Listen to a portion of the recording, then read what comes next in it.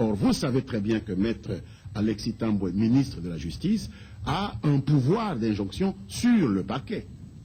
Il doit pouvoir défendre aussi le parquet et qu'il est au courant de ce qui se passe parce qu'on lui fait rapport de tous ces actes de poursuite. Ceux qui ne lui font pas rapport, ce sont les juges. C'est les magistrats assis qui n'ont pas un lien quelconque avec le ministre de la Justice. Mais les magistrats debout, ceux qui poursuivent, ils ont un lien avec lui. Donc lui, il a des dossiers sur toutes les poursuites, il a des rapports. Et lorsqu'on attaque comme ça des institutions en disant on l'a arrêté pas pour ce qu'on dit, on l'a arrêté parce qu'il a organisé des manifestations. Mais il est normal que le ministre de la Justice, qui a un droit de regard sur l'action publique, fasse une mise au point. Il n'a pas dit que Muyambo devait être condamné, il n'a pas annoncé des peines ou quoi, il a dit qu'il n'a pas été arrêté pour des raisons politiques. Il a été arrêté pour des raisons de droit commun. Ceci est tout à fait normal, aussi bien pour le média qui a lancé l'information, il fallait une mise au point, que pour le public. On ne va pas laisser comme ça les institutions être attaquées et ne pas avoir le droit de mettre les choses au point. C'est ce que Maître Tambwe a fait. Et donc, s'il y a quelqu'un qui s'est mal comporté dans cette histoire, c'est celui qui a attaqué la justice faussement en disant qu'elle a arrêté Maître Muyambo pour des raisons autres que ceux dont Maître Tambwe a parlé, le stellionnat, qui sont des raisons d'ordre pénal. Et en matière pénale, vous savez, le procureur se saisit, on n'a pas besoin de plainte ou de ceci. Le procureur se saisit, vous volez le bien de quelqu'un, vous violez une femme, vous tuez quelqu'un, mais on vous arrête, on n'a pas besoin de plainte. Donc c'est quelque chose qu'il fallait dire. Dire cela, ça ne veut pas dire influencer les juges, ça n'a aucun sens. Dire cela, ça ne veut pas dire influencer le parquet, non. Vous avez dit des choses, on vient corriger les erreurs qui se sont glissées dans votre communication. Il faut accepter cela, démontrer plutôt que ce qui a été dit est faux, au lieu de vouloir empêcher. Vous n'allez pas museler une institution et vous en prendre à elle et croire qu'elle ne va pas réagir. Donc voilà ce que je peux dire à ce sujet-là. Jules Mamba de Raga Télévision. Monsieur le ministre, vous avez souligné à propos de l'intervention du chef de l'État sur le dossier de la MONUSCO que ce n'est pas la première fois que notre pays déplore des interventions comme ça intempestives de nos partenaires extérieurs. Comment vous expliquez ça? Quelle serait la motivation de ces interventions qui viennent très mal à propos dans notre pays? Est-ce seulement contre notre pays ou c'est notre comporte comme ça partout ailleurs? Ma deuxième préoccupation, c'est que nous sommes aujourd'hui le 16 février 2015. Nous nous souvenons, nous tous ici dans notre pays, qu'un certain 16 février 1992, les Congolais sont tombés qui voulaient manifester pour la couverture, je pense, de la conférence nationale souveraine. Est-ce qu'aujourd'hui, selon vous, ces gens sont morts pour rien? Est-ce que le pays a tiré quelques dividendes de ces morts? Selon vous, quelle lecture vous faites aujourd'hui, 23 ans plus tard? En ce qui concerne le fait que c'est pour la troisième fois que le chef de l'État fait cette mise au point à l'intention des représentants de la communauté internationale, nous essayons simplement de vous prendre à témoin.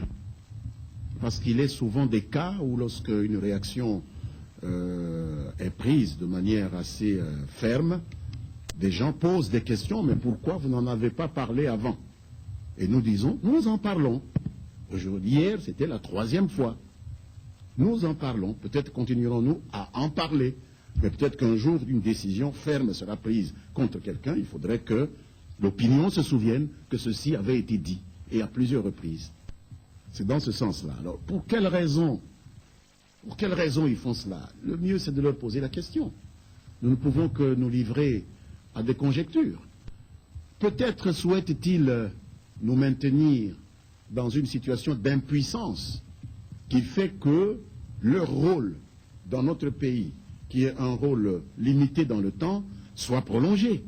Puisque lorsque vous avez un État failli ou un État qui est totalement impuissant, un peuple incapable de résoudre ses problèmes, des institutions qui ne peuvent pas prendre en main les problèmes du peuple, eh bien, nature ayant horreur du vide, il y a toujours quelqu'un qu'on doit trouver pour venir remplir les fonctions que les institutions ou le peuple ou le pays remplit mal ou ne remplit pas.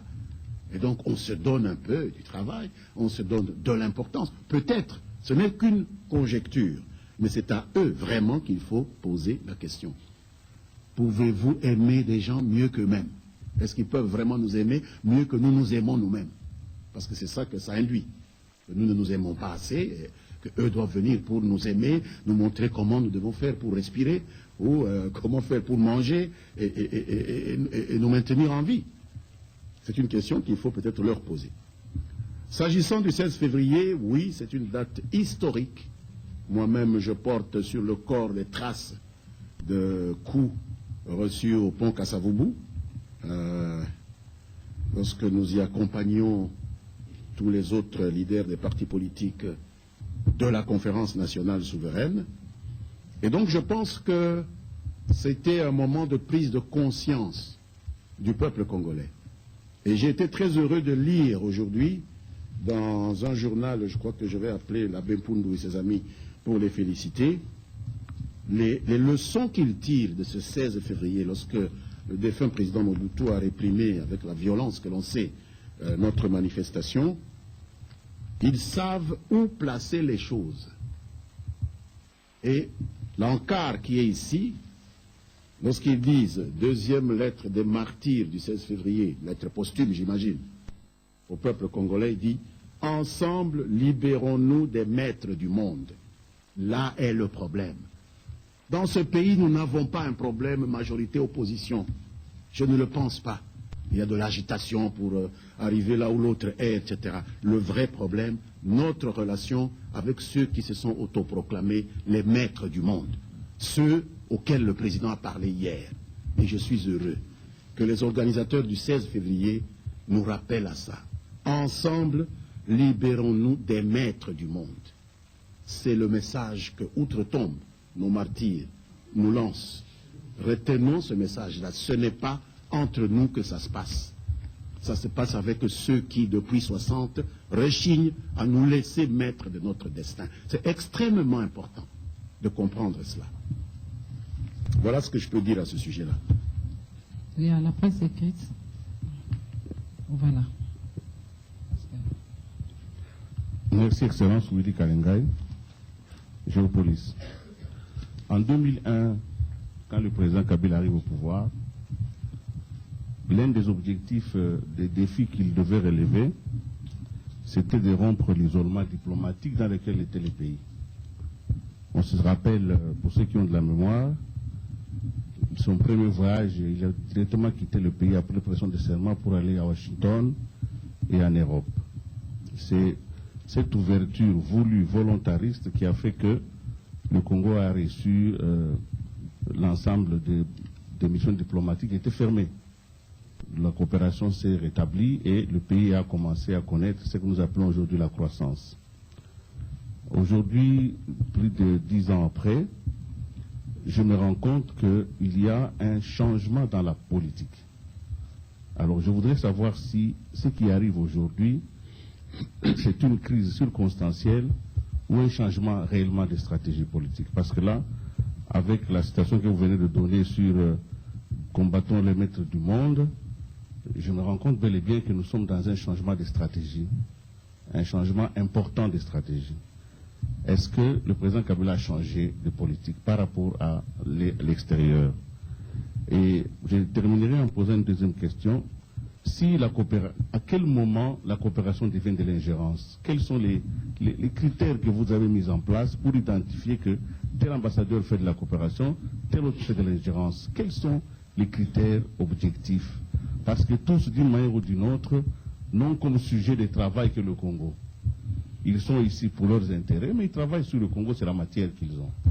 Alors quand ils font des déclarations, quand ils font des recommandations, à quel moment vous pensez que là c'est de l'ingérence, là c'est la coopération? Je vous remercie. Bien. L'objectif du président, comme de tout chef d'État normalement constitué, c'est d'éviter d'être isolé. Un pays n'a pas à être isolé pour pouvoir décoller. Il faut qu'il s'insère dans le mouvement d'ensemble. Mais il y a quand même une sacrée différence pour nous entre être isolé et faire co-gérer son pays par des puissances extérieures. Que dis-je de puissances extérieures? Par des ambassadeurs. Nous n'avons pas de problème avec la plupart des partenaires qui nous visitent ici. John Kerry est venu, nous allons recevoir bientôt le vice-premier ministre belge et une forte délégation et tout. Mais qu'un ambassadeur se permette de dire qu'il a un mot, qu'il doit avoir le dernier mot sur les décisions qui relèvent de la compétence, de la politique intérieure d'un pays, cela ne se voit pas partout. Je ne pense pas qu'aujourd'hui, dans un pays comme l'Afrique du Sud, cela pourrait s'observer. Bon, on ne va pas dire que l'Afrique du Sud est isolée, parce que les ambassadeurs désignés en Afrique du Sud ne se mêlent pas des questions domestiques. On ne va pas dire que l'Afrique du Sud est isolée.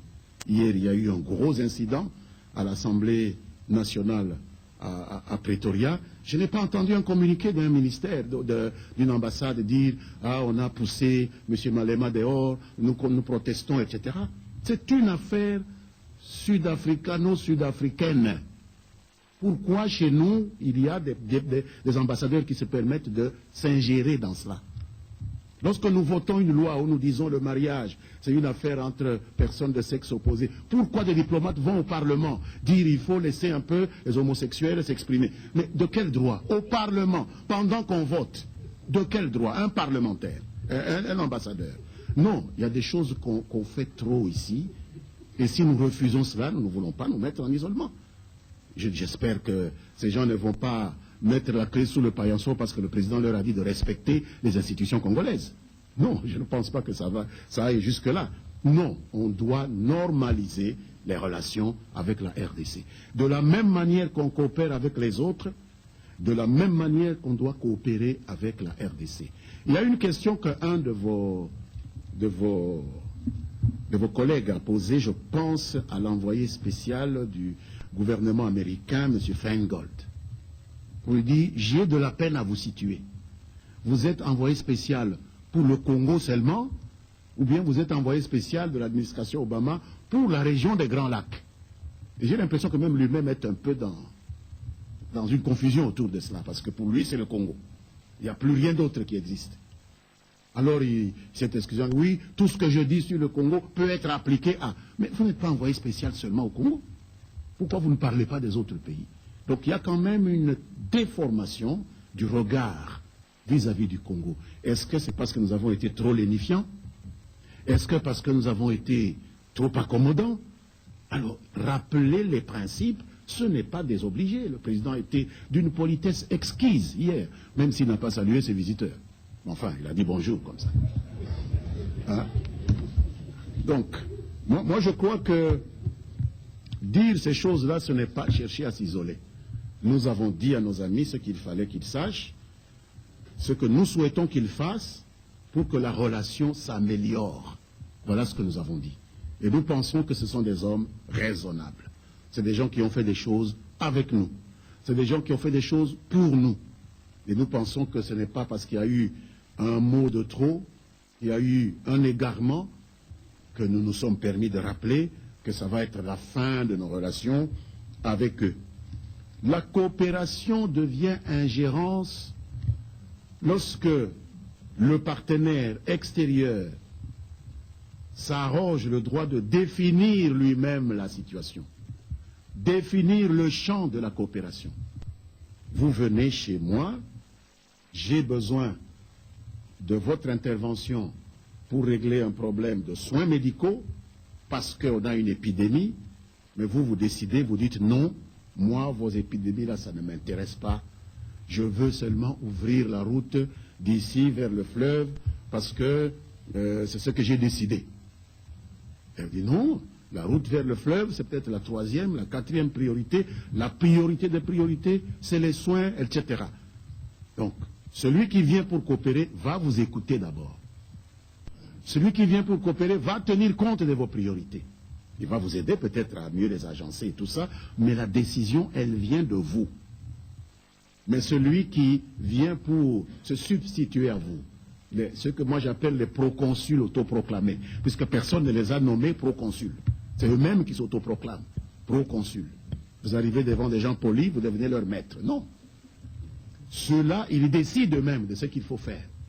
Ceux-là, ils vous disent, nommez un tel, ne nommez pas un tel. Comment vous pouvez dire à un commandant suprême d'une armée de vous soumettre, vous qui êtes simplement un délégué d'une organisation internationale, vous soumettre à vous les décisions souveraines qu'il prend pour répartir les tâches entre ses officiers dans une structure aussi sensible que les forces armées.